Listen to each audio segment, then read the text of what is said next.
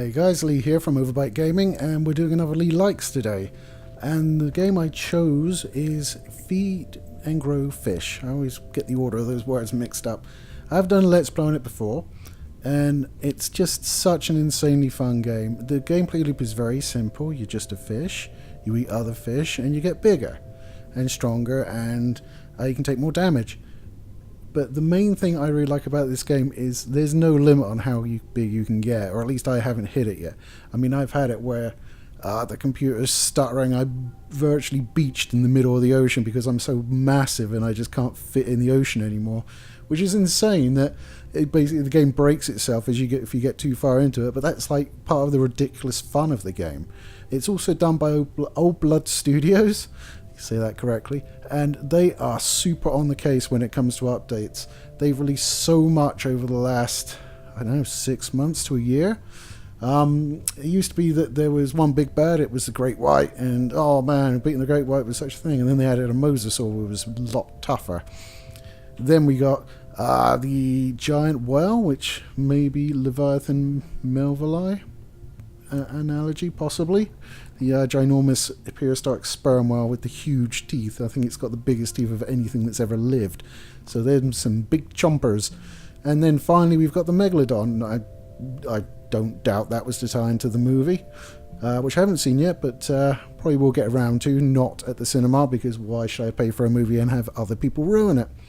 So it's a good fun game. There's not a lot to it. I mean, you start off like eating your anemones and your starfish and all that sort, and then you move on to the little fish, and then you start moving on to bigger fish, and then occasionally one fish that you don't see will just come along and swallow you from behind, and you just get so big in the end you're just literally swallowing mosasaurs in one gulp. And if you can find the spawn point, you just sit there and it goes. They have changed that a little bit. I think there are still few spawn points that don't move, but a lot of them now move, so you have to go hunt it down again, which I don't know, I kind of like just sitting in front of the spawn point and just getting like to level 500 and just being massive. But it does glitch a game out, as I said, when you get that big, so it is a bit of an issue, but it's a fun issue. It's just such a fun game. I really like it. I mean, I picked it up in early access. I think it might even still be in early access despite all the updates we're getting. There's no real endgame to it. It's just literally become the biggest fish you can and eat other big fish. It's simple, it's relaxing, it's a nice chill game, even when you get like gommed. Like you're just swimming along doing your thing, got a few levels in your belt, and then Goliath Grouper comes up behind you and just inhales you in one bite, and you're like, oh. It doesn't annoy me. I'm just like, well, fair enough, I'm going to do that to you soon. One thing that does annoy me slightly about it is there's a coin system. So when you go into like deathmatch or whatever, there's like a free fish, and then all the other fish cost coin, which is fine.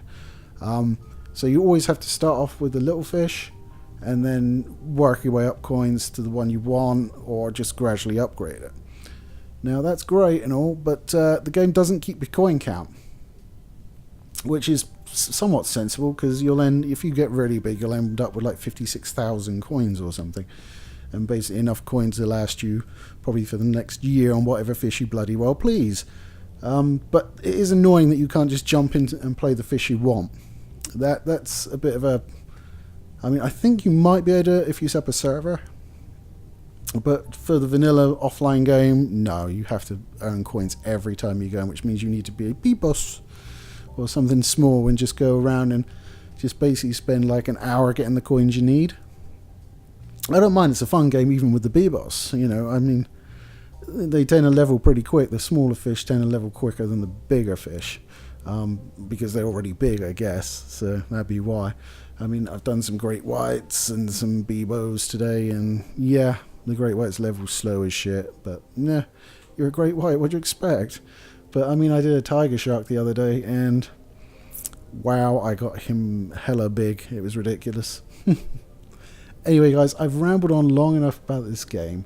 It's superb, it's not very expensive, it's very popular in videos and streaming at the moment for whatever reason.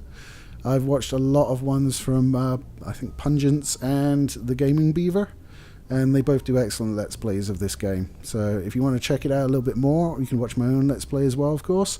But those videos are out there for you to watch, and if it looks like fun and you think I might give it a go, do it, because it is fun and it's a real chill experience.